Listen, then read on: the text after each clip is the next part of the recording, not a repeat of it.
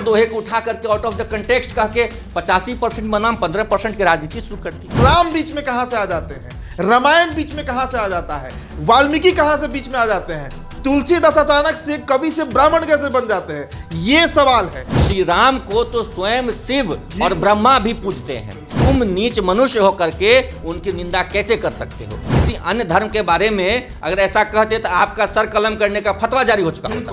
कुरान की ही बात करिए ना, आप उसमें सवाल उठा दीजिएगा क्या?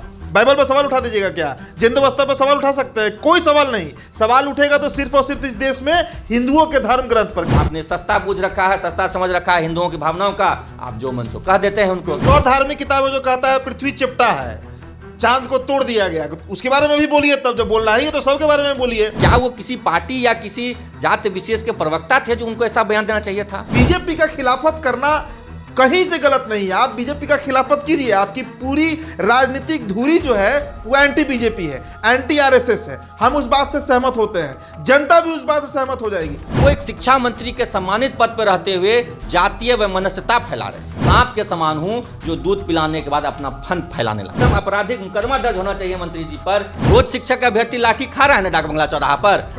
आप विपक्ष में थे क्या कहते थे? पहली कलम से नौकरी देंगे। तो रहमान को जो आपका MY समीकरण का कोर वोटर है, एकमात्र टारगेट आखिरकार हिंदुओं को इस देश में क्यों किया जाता है और बार बार किया जाता है? शिक्षा मंत्री जी, आप जिस काम के लिए बने हैं, आपका जो विभाग, उस पर आप बात करें। बिहार के शिक्षा मंत्री यानी प्रोफेसर चंद्रशेखर को यह लगता है कि जो हिंदुओं का सबसे बड़ा धार्मिक ग्रंथ है रामायण, मनुस्मृति, वो इस देश में नफरत फैला रहा है। उन्होंने कहा कि आरएसएस की आप कोई पुस्तक पढ़िए या फिर रामायण पढ़िए तो आपके दिल और दिमाग में सिर्फ और सिर्फ नफरत ही भरेगा। अब इसके बाद बिहार में सियासत तेज हो चुकी है। अमित विक्रम हमारे साथ मौजूद है। टीईटी के जो शिक्षक संघ है उसके प्रदेश अध्यक्ष हैं, युवा हैं और शिक्षा के क्षेत्र से ये जुड़े हुए हैं। इसलिए इनको हमने बुलाया अपने स्टूडियो की, इनसे चर्चा किया जा सके कि बिहार के शिक्षा मंत्री जो खुद एक हिंदू हैं, उनकी जाति पर हम नहीं जाएंगे, वो हिंदू हैं, ये बात प्रमाणित तौर पे पक्की है। इस तरह के बयान को क्यों दिया जा रहा है? जातिगत जनगणना कराया जा रहा है, राम को गाली दिया जा रहा है, रामायण को गाली दिया जा रहा है। ये गाली ही है। नफरत अगर सब प्रयोग किया गया तो ये गाली है। क्या कहना है अमित जी, जिस तरीके से शिक्षा मंत्री ने जो बयान दिया? कल दीक्षांत समारोह में गए हुए थे और वहां पर आपने सुना ही होगा, वो क्या प्रतिक्रिया है? देखिए, कल वो एक विश्वविद्यालय के दीक्षांत समारोह में गए थे। वहाँ शिक्षा, रोजगार, उच्च शिक्षा की जो बदहाल स्थिति थी उस पर बात होनी चाहिए थी, लेकिन उन्होंने सारी चर्चा का जो विमर्श का जो विषय है वो घुमा दिया जाति पर। और इस बहाने उन्होंने हिंदुओं के पवित्र धर्म ग्रंथ के उल्लेख करते हुए उन्होंने बहुत ही गलत व्याख्या की और गलत बात कही। मैंने मनुस्मृति तो नहीं पढ़ा है, लेकिन श्री रामचरितमानस का बचपन से मेरे घर में पाठ होता रहा है, आज भी होता है। नित्य प्रतिदिन मेरे माता पिता श्री रामचरितमानस पढ़ते हैं। तो जब मैंने रामचरितमानस के बारे में जिस दोहे का उन्होंने उल्लेख किया उसके बारे में जब मैंने सुना तो मुझे बहुत दुख पहुंचा कि हमारे माननीय शिक्षा मंत्री हमारे धर्म को, हमारे धार्मिक किताबों को इस तरीके से, गलत तरीके से परिभाषित करके उसके बारे में दुष्प्रचार कर रहे हैं। और साथ ही साथ वो एक शिक्षा मंत्री के सम्मानित पद पर रहते हुए जातीय वैमनस्यता फैला रहे हैं। जिस दोहे का उन्होंने उल्लेख किया है, मैं आपको पढ़ के सुनाता हूं। उस दोहे में उन्होंने उल्लेख किया है कि अधम जाति में विद्या पाए, भयउ जथा अहि दूध पिलाए। ये उन्होंने सिर्फ एक दोहा कहा है, लेकिन उन्हें पता होना चाहिए कि रामचरितमानस दोहे के रूप में नहीं, चौपाई के रूप में लिखा गया है। चौपाई में 4 पंक्तियां होती है, जिसका उन्होंने पूरा नहीं पढ़ा, सिर्फ अंतिम के 2 लाइन पढ़े उन्होंने, यानी दोहा पढ़ा। चौपाई पूरा है। हर कहूं हरि सेवक गुरु कहेऊ, सुखी खगनाथ हृदय मम दहेऊ। ये प्रसंग भी आप समझिए। प्रसंग है कि काग भुसुंडी यानी जो कौवे के रूप में थे और गरुड़, पक्षीराज गरुड़, दोनों के बीच में संवाद हो रहा है। और संवाद क्या हो रहा है? कलयुग यानी कलिकाल के बारे में बताया जा रहा है कि कलयुग कैसा होने वाला है। तो चूंकि भविष्य दृष्टा हैं कागभूषुंडी जी, तो बता रहे हैं कि मैं कलयुग में एक ब्राह्मण के पास रह करके साधना करता था, शिव की आराधना करता था और श्री हरि से यानी कि प्रभु से, विष्णु से मैं जलता था। यानी जो वैष्णव और शैव भक्तों में जो विवाद की स्थिति है उस बारे में उन्होंने कह रहे हैं कि मैं शिव की आराधना करता था और श्री हरि यानी विष्णु से जलता था, निंदा करता था उनकी, और मेरे गुरु जो थे वो भी शिव के भक्त थे। लेकिन धीरे धीरे उनको यह ज्ञान हुआ कि मैं श्री हरि का निंदक हूँ, तो इस पर उन्होंने मुझे बुला करके, यानी जो चौपाई का उल्लेख है, तो उन्होंने कहा तो दोहा ही, पूरी चौपाई भी नहीं कही, लेकिन जिस चौपाई का उन्होंने उल्लेख किया है उस चौपाई से पहले उनके गुरु यानी काग भुसुंडी के गुरु जी कहते हैं, राम ही भजहि तात शिव धाता, नर पावर कै कैतिक बाता। मतलब श्री राम को तो स्वयं शिव और ब्रह्मा भी पूजते हैं, तो तुम नीच मनुष्य होकर के उनकी निंदा कैसे कर सकते हो, ये काग भुसुंडी के गुरु कहते हैं। तब उसी पर ये कहते हैं, जवाब में कहते हैं काग भुसुंडी जी गरुड़राज को कहते हैं कि हर कहूँ हरि सेवक गुरु कहूँ। तो गुरु जी ने मुझे ऐसा कहा कि तुम्हें तो शिव जी के चरणों पे चलना चाहिए, जैसे शिव राम की भक्ति करते तुम्हें भी राम की भक्ति करनी चाहिए।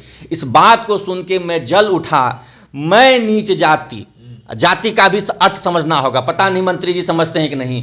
जाति शब्द जो है वो अरबी शब्द जात से आया हुआ है, जैसे नवजात, तो नवजात में जात का मतलब कोई कास्ट नहीं है, औरत जात यानी कि वो जाति नहीं है, कास्ट नहीं है। जात का मतलब होता है पैदाइश, उर्दू में जिसका अर्थ पैदाइश होता है, उसको हिंदी में हम कुल या वंश भी समझ सकते हैं।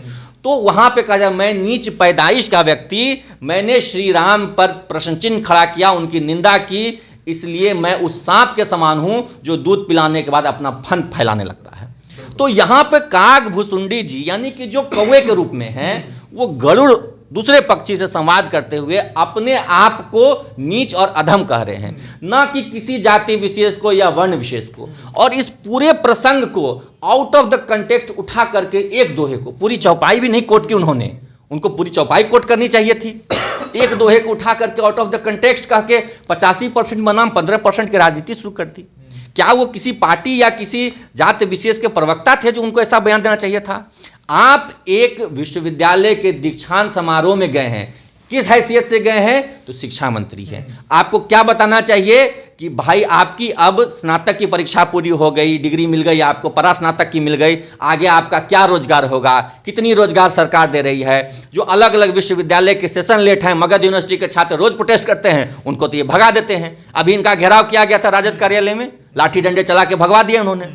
उस पर बताते ना क्या रोड मैप है, यूनिवर्सिटी के सेशन कैसे रेगुलर करेंगे। तो ये सब छोड़ करके हिंदुओं के पवित्र धर्म ग्रंथ की गलत व्याख्या कर जनमानस में, छात्रों के मन में, और चूंकि हम लोग उनके विभाग के कर्मचारी हैं तो हमारे बीच भी इस तरह की वो गलत धारणा फैला रहे हैं। हमारे कई सारे व्हाट्सएप ग्रुप में कल रात से ही ये चर्चा शुरू है कि मंत्री जी ने ऐसा कहा, कई पक्ष में कई विपक्ष में खड़े हो गए।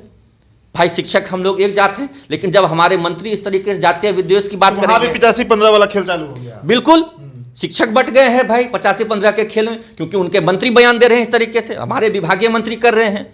क्या शिक्षा मंत्री को इस तरह का वाहियात मैं कहूँगा और निंदनीय है बिल्कुल भी। जाति पर बोलने की क्या जरूरत है, उनको शिक्षा पर बोलना चाहिए, उनको रोजगार पर बोलना चाहिए। जाति पर बोलते तब भी चलता, क्योंकि कई लोग जाति पर बोल रहे हैं।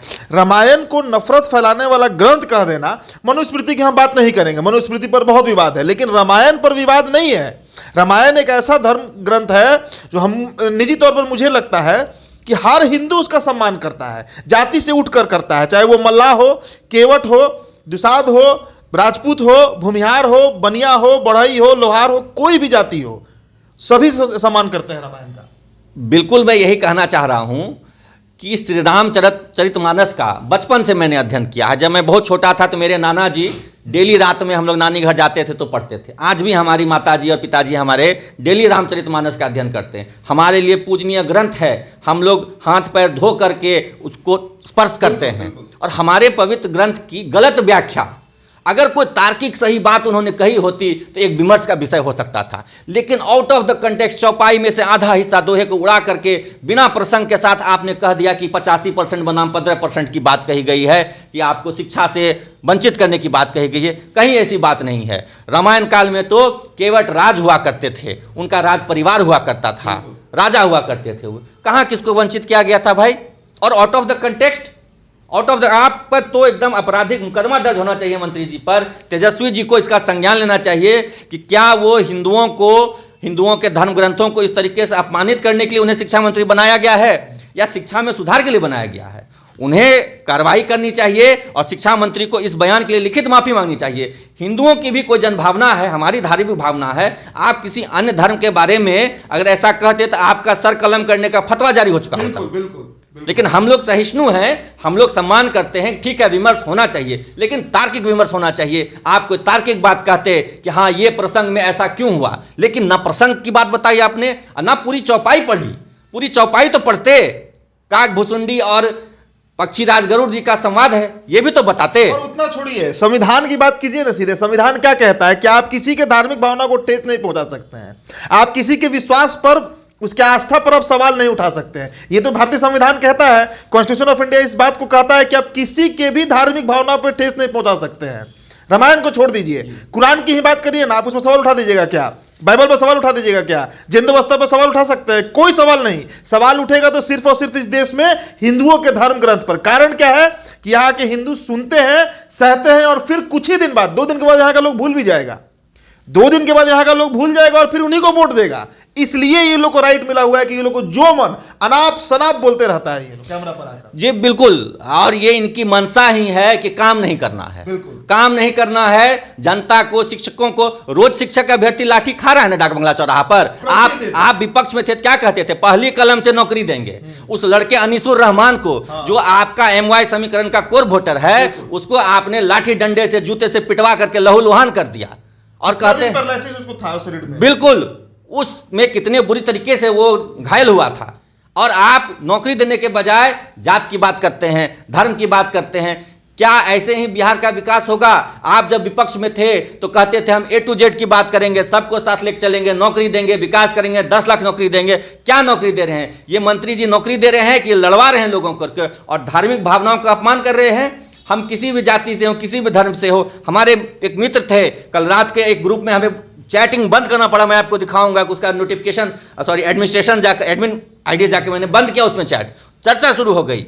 उसमें एक जो अति पिछड़ी जाति से आते थे वो रिजिड हो गए, वो कहे नहीं शिक्षा मंत्री का बयान गलत है, दूसरा कह रहा है कि सही है। अब बताइए कैसी परिस्थिति है? आप पिछड़ों अति पिछड़ों को लड़वा रहे हैं, कभी बैकवर्ड फॉरवर्ड कर रहे हैं, 80-85 की खेल की बात कर रहे हैं। शिक्षा मंत्री जी, आप जिस काम के लिए बने हैं, आपका जो विभाग, उस पर आप बात करें। उलूल जुलूल बातें, धार्मिक भावनाओं को ठेस पहुंचाना, हम लोगों को दुख पहुंचता है कि हमारी धार्मिक आस्थाओं का मजाक उड़ाया जा रहा है, हमारे धर्म ग्रंथों का अपमान किया जा रहा है, और हम चुपचाप बैठे हैं। क्योंकि बैठे हैं? क्योंकि भाई हम लोग सहिष्णु लोग हैं, हम लोग सुनते हैं, भूल जाते हैं। सही कहा आपने, यही वजह है। वरना हम लोग तो आज तक कभी किसी दूसरे नेता को नहीं देखते किसी अन्य धर्म ग्रंथ के बारे में बात करते हुए। आप तो सेकुलर लोग हैं, आपको अगर बात ही करनी थी तो आप सब धर्म ग्रंथ का व्याख्या करते, किस ग्रंथ में क्या लिखा हुआ है। वो तो आपकी हिम्मत नहीं है, मजाल नहीं है। आपने सस्ता बूझ रखा है, सस्ता समझ रखा है हिंदुओं की भावनाओं का, आप जो मन सो कह देते हैं उनको। एक और धार्मिक किताब है जो कहता है पृथ्वी चिपटा है, चांद को तोड़ दिया गया, उसके बारे में भी बोलिए। तब जब बोल रहा है तो सबके बारे में बोलिए। तो ओल्ड टेस्टामेंट, न्यू टेस्टामेंट का भी बात कीजिए। तो 33 किताब है किसी धर्म का, सभी पर बोलिए। एकमात्र टारगेट आखिरकार हिंदुओं को इस देश में क्यों किया जाता है, और बार बार किया जाता है, बार बार किया जाता है। और सबसे बड़ी बात, इसी 14 तारीख को राम मंदिर का कार्यक्रम होने जा रहा है। पहले जगदानंद सिंह का बयान आया, जो इनके प्रदेश अध्यक्ष है राजद के, वो उसी जाति से आते हैं जिस जाति से राम थे। मतलब अगर राजपूत को मानिए, क्षत्रिय मानिए, उसी जाति से आते हैं। वहां पर सवाल उठाया गया, और उसके बाद अब जाकर शिक्षा मंत्री, मतलब इनका एक एजेंडा बीजेपी का खिलाफत करना कहीं से गलत नहीं है। आप बीजेपी का खिलाफत कीजिए, आपकी पूरी राजनीतिक धुरी जो है वो एंटी बीजेपी है, एंटी RSS है। हम उस बात से सहमत होते हैं, जनता भी उस बात से सहमत हो जाएगी। लेकिन राम बीच में कहां से आ जाते हैं, रामायण बीच में कहां से आ जाता है, वाल्मीकि कहां से बीच में आ जाते हैं, तुलसीदास अचानक से कवि से ब्राह्मण कैसे बन जाते हैं, ये सवाल है। और बिहार के शिक्षा मंत्री प्रोफेसर चंद्रशेखर का ये बयान है, एक पत्रकार होने के नाते इसका हम खंडन करते हैं, निंदा करते हैं, और इस स्टोरी का फॉलोअप हम रखेंगे। बहुत बहुत धन्यवाद अमित जी हमारे साथ जुड़ने के लिए। हमारे दर्शक जो है, आप भी अपनी प्रतिक्रिया दे सकते हैं। मेरा नाम उदित तारण है, बहुत बहुत शुक्रिया।